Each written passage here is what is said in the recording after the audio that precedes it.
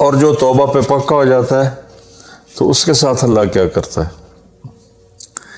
پہلے اللہ تعالیٰ نے کہا کہ والذین لا یدعون مع اللہ الہا آخر، میرے بندے وہ ہیں جو شرک نہیں کرتے، ولا یقتلون نفس التی حرم اللہ الا بالحق، اور جو کسی کو قتل نہیں کرتے، ولا یزنون، جو زنا نہیں کرتے، ومن یفعل ذلک یلقى اثاما، جو یہ کام کرتا کرتا مر گیا اس کو بہت بڑا اس کا تاوان بھگتنا پڑے گا،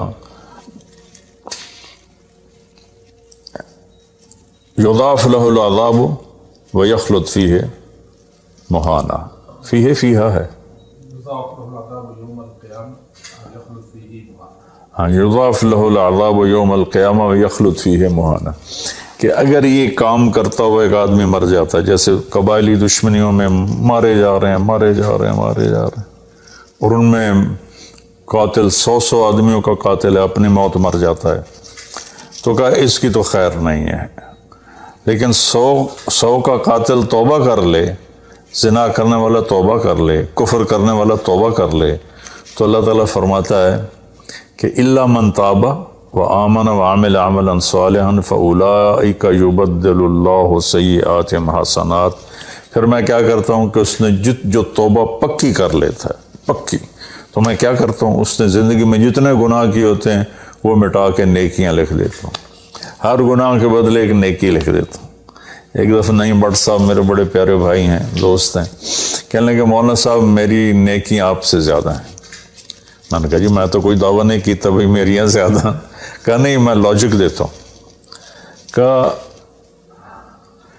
ہم نے اتنے گناہ کیے ہیں کہ جس کی حد کوئی نہیں، شوبز کی دنیا میں تھے وہ، تو اب میں نے کر لی پکی توبہ، تو آپ کی نیکیاں اتنے نہیں جتنے میرے گناہ ہیں، وہ سارے لکھے گئے نیکیوں میں، تو میری نیکیاں آپ سے بڑھ گئی۔ میں نے کہا بڑی زبردست آپ نے لاجک دی ہے، بالکل ٹھیک ہے، اللہ پاک جس کو جتنا چاہتا ہے دیتا ہے۔ تو توبہ پر اللہ تبارک و تعالی ہر شے معاف کر دیتا،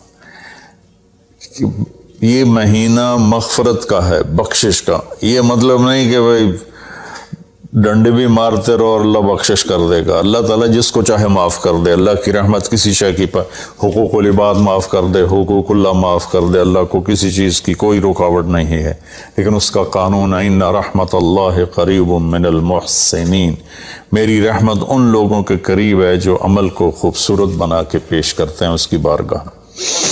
تو ایک صحابی ہیں جنہوں نے حضرت حمزہ کو قتل کیا، حضرت حمزہ رضی اللہ تعالیٰ عنہ علیہ السلام، وحشی رضی اللہ تعالیٰ عنہ، اللہ کے نبی نے مکہ فتح کیا تو ان کے قتل کا حکم دے دیا کہ جہاں ملے قتل کر دو، تو وہ بھاگ گئے طائف، ان کو کسی نے کہا جو آ کے کلمہ پڑھ لینا اس کو معاف کر دیتا، اور جو آ کے معافی مانگے اس کو معاف کر دیتا۔ تو کہنے لگے میں نے منہ چھپایا اور چپ کے راستوں سے مدینے پہنچا، اللہ کے نبی مسجد میں ایسے اپنے دھیان میں بیٹھے تھے، میں نے کہا اشہد ان لا الہ الا اللہ واشہد انک رسول اللہ، تب ایسے ہوئے، تو ان کا چہرے سے کپڑا ہٹایا، تو کہنے لگا مجھے امن چاہیے، میں امن کا طلبگار ہوں۔ تو آپ نے فرمایا اواشیون انتا، تو وحشی ہے؟ کہا جی، کہا میرا دل تو تھا کہ تم مجھ سے امن طلب نہ کرتا اور میں تیری گردن اڑا دیتا، لیکن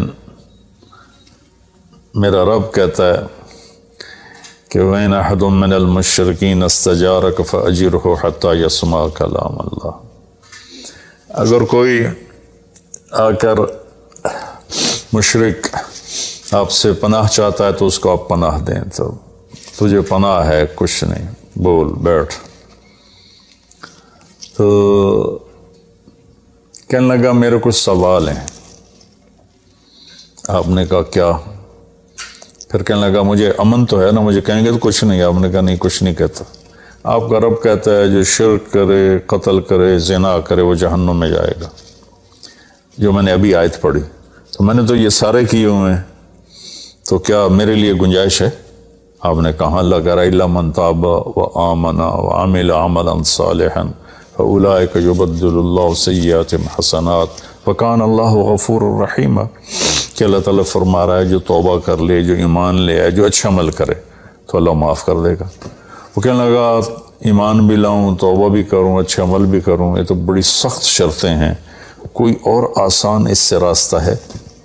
تو آپ نے کہا ہاں، اللہ تعالیٰ کہتا ہے کہ ان اللہ لا یغفر ان یشرک بہ ویغفر ما دون ذلک لمن یشاء، میں شرک معاف نہیں کروں گا، باقی جس کو چاہوں معاف کر دوں۔ تو اس پر کہنے لگا وحشی آپ مجھے قتل تو نہیں کریں گے نا، مجھے امن تو ہے نا؟ آپ نے کہا ہاں ہے۔ کہا اچھا اگر وہ یہ کہتا ہے کہ میں شرک معاف نہیں کروں گا، باقی جس سے چاہوں معاف کروں، اگر مجھے معاف نہ کیا تو مجھے کلمہ پڑھنے کا کیا فائدہ؟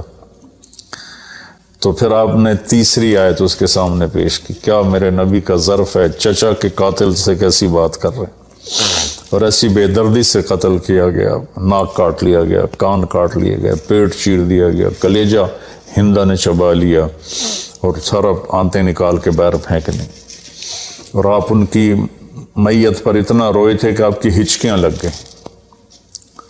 تو اللہ نے جبریل کو بھیجا کہ جاؤ میرے محبوب سے کہو کہ آپ روئیں نہیں، ہم نے حمزہ کو عرشوں پہ لکھ دیا ہے، حمزہ تو اسد اللہ و اسد رسول ہی، حمزہ اللہ اور اس کے رسول کے شیر ہیں، ہم نے عرش پہ لکھوا دیا ہے۔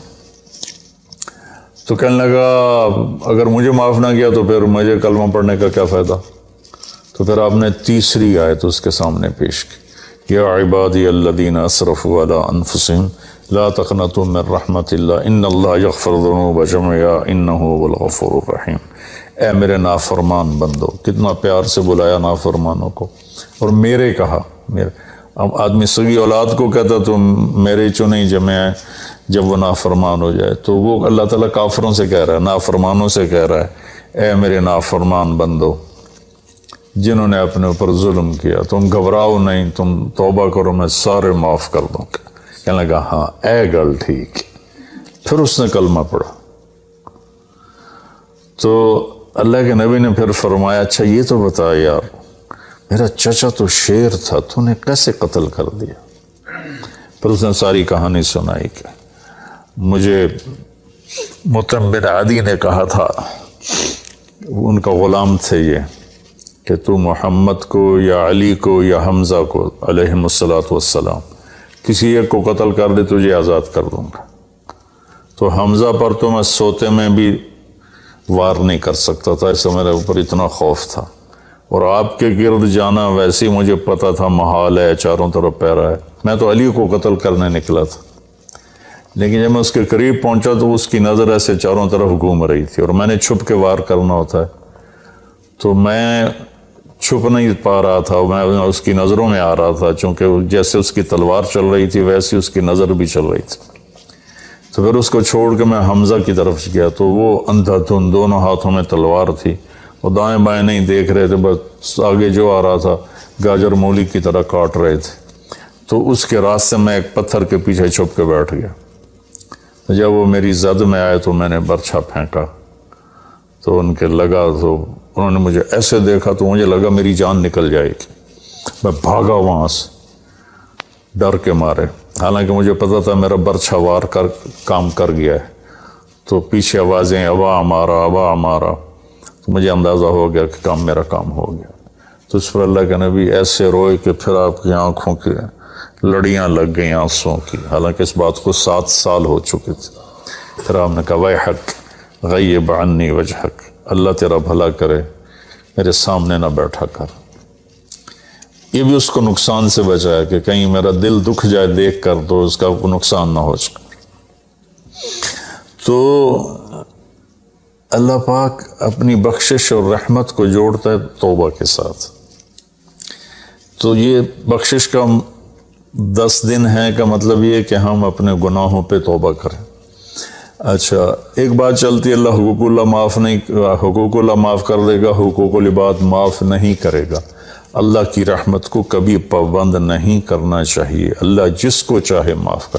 وَيَغْفِرُ مَا دُونَ ذَلِكَ لِمَن يَشَاءُ۔ ہاں حقوق العباد کی عدالت بڑی سخت ہے، حقوق اللہ کی عدالت نرم ہے، حقوق العباد کی عدالت سخت ہے، اس میں وہ بندہ بھی انوالو ہوگا جو مظلوم ہے، تو وہ پتہ نہیں معاف کرے نہ کرے، لیکن اللہ اس کو اپنی طرف سے دے کر اور اسے معاف کر دے، یہ اللہ کو قدرت۔ ایک آدمی نے 99 قتل کیے بنی اسرائیل میں، اللہ کے نبی نے فرمایا، اور سارے ظلم کے قتل تھے، ناحق۔ ایک قتل کرو تو قرآن میں بھی پڑھ کے سنایا کہ جہنم کی آگ ہے۔ ہمارے علاقوں میں قبائلی دشمنیاں، خاندانی دشمنیاں اور سیاست کے نام پہ دشمنیاں، زمین پر لڑائیاں، زمین وہیں پڑی رہتی ہے، دونوں طرف کے خاندان ختم ہو جاتے ہیں، مارتا کوئی ہے، قتل کسی اور کو کرتے ہیں، اور یہ سلسلہ ایسا چلتا ہے کہ خاندانوں کے خاندان ختم ہو جاتے ہیں، اور آگے آخرت بھی برباد ہو جاتی ہے کہ جو بچ گیا مر گیا وہ بھی جہنم میں جائے گا کہ اس نے کتنے بے گناہوں کو قتل کیا یا کروایا، قتل کروایا۔ میرے نبی کا فرمان ہے ایک آدمی کے قتل پر پوری دنیا کٹھی ہو جہاں بھائی مار دے ہو، اور مارنا تو ایک گولی نال ٹھا ہو جانی ہے، تو 7 ارب انسان کہہ رہے ہیں انہوں مار دے، اور مارنا بے گناہ ہے، وہ آدمی قتل کا حقدار نہیں، تو اس کو اگر قتل کر دیا تو اللہ اس ایک کے بدلے 7 ارب کو جہنم میں ڈال دے گا۔ اب یہ ہمارے قبائلی علاقوں میں اتنی لڑائیاں ہیں، اتنے قتل ہیں، نماز پڑھتے کو گولی مار دیتے، تو یہ خیال نہیں کرتے کہ آگے اس قتل کا جواب دینا پڑے گا۔ تو بھائیو، اپنے ماحول میں صلح کراؤ لوگوں کہ ہمارا عدالتی نظام بہت کمزور ہے، بلکہ ناقابل عمل ہے، یہ مظلوم کا ساتھی نہیں ہے، یہ ظالم کا ساتھی ہے۔ 150 پونے 200 سال پرانا انگریز کا قانون ابھی تک چل رہا ہے، اس سے خاک انصاف ملے گا کسی کو۔ علاقے کے جو با اثر لوگ ہیں وہ خاندانوں میں صلح کرائیں، وہ جہاں بھی کوئی لڑائی ہو جائے اس کو چھوٹا نہ سمجھیں، ان میں لوگوں کی صلح کرائیں۔ آپ نے فرمایا کہ میں تمہیں بتاؤں نفلی حج سے بہتر، نفلی نماز سے بہتر، نفلی روزے سے بہتر عمل بتاؤں؟ حالانکہ نفلی حج اور فرض حج میں سارے اعمال برابر ہوتے ہیں، لیکن فرض کو کوئی چیز پہنچتی نہیں، لیکن تھکاوٹ تو نفلی والے کو بھی اتنی ہوتی جتنی فرض والے کو ہوتی، تو آدمی پس کے رہ جاتا۔ میں تو کئی سال مسلسل حج کیے ہیں، تو میرے نبی نے فرمایا تو میں بتاؤں نفل نماز سے بہتر، نفل حج سے بہتر، نفل روزے سے بہتر؟ انہوں نے کہا جی کیا؟ کہا لوگوں میں صلح کرانا، لوگوں میں صلح کرانا۔ تو اس نے 99 قتل کیے، تو ایک دن اس کو خیال آیا میں توبہ کروں، تو ایک عبادت گزار سے پوچھا، وہ عالم نہیں تھا، کہ جی میں 99 قتل کیتے ہیں، کوئی میری توبہ ہے؟ اس کا توبہ تیری توبہ کیوں ہو سکتی؟ تو 99 کھا گیا، اس کا مڑ 100 تو پورے کرا، دورا جا کام میں اسے گوار کی تو ادھر بھی لا چڑے، اس کو بھی مار دی۔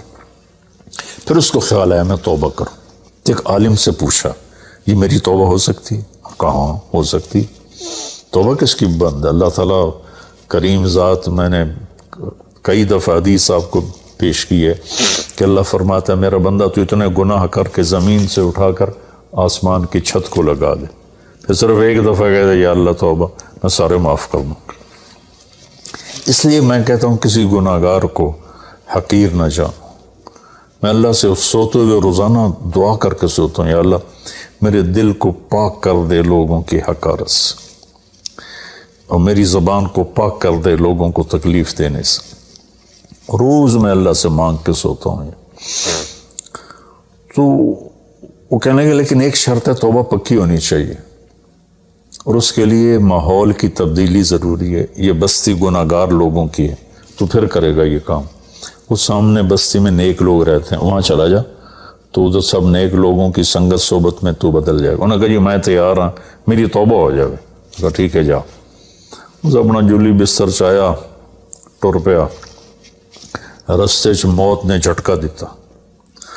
اس نے جب محسوس کیا کہ موت کا جھٹکا ہے تو اس نے جمپ لگایا آگے کی طرف، تو جب وہ گرا تو وہ اس طرح گرا، ایسے، یہ 2 ہاتھ آگے تھے اور انگلیاں ایسے تھی کہ میں آگے کی طرف بڑھ جاؤں، انتقال ہو گیا۔